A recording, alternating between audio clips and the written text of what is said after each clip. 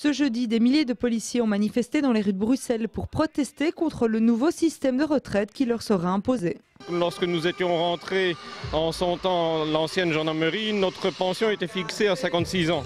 Notre traitement était différé en ce sens qu'on nous prenait plus en temps d'actif et on pouvait partir plus tôt.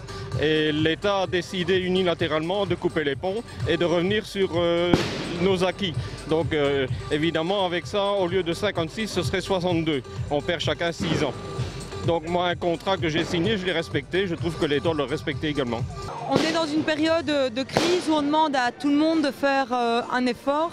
Est-ce que la police ne devrait pas participer aussi comme d'autres métiers et d'autres secteurs ? Participer oui, mais dans quelles conditions? C'est ça le problème en fait, il faut être physiquement capable. Ça ne sert à rien de mettre des gens de plus de 60 ans qui ne sauront pas faire le métier correctement. Donc c'est la sécurité des gens aussi qui est en jeu. Ici, c'est pas que la nôtre, c'est aussi celle du citoyen. À partir du moment où on n'est pas capable de les défendre ou de les aider, voilà, ça ne sert strictement à rien. Si on doit prolonger, mettre tout le monde dans les bureaux, ça ne doit pas aller non plus.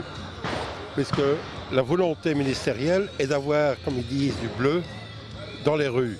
C'est pas dans les bureaux qu'on doit être. Je suis tout à fait d'accord avec vous. La police doit participer à l'effort de guerre, mais les perspectives de carrière qui étaient celles de certains travailleurs se voient vraiment changer de but en blanc avec un arrêt juridique, on va dire. Et donc ce que nous on souhaite, c'est d'avoir un phasage, de faire ça par étapes, de manière à ce que tout le monde participe, l'ensemble des services de police participent aussi à l'effort qui est demandé aux travailleurs et particulièrement aux travailleurs des services publics, mais pas de façon directe, radicale et brute. Dans une manifestation comme aujourd'hui, il y a un service minimum du côté de la police ?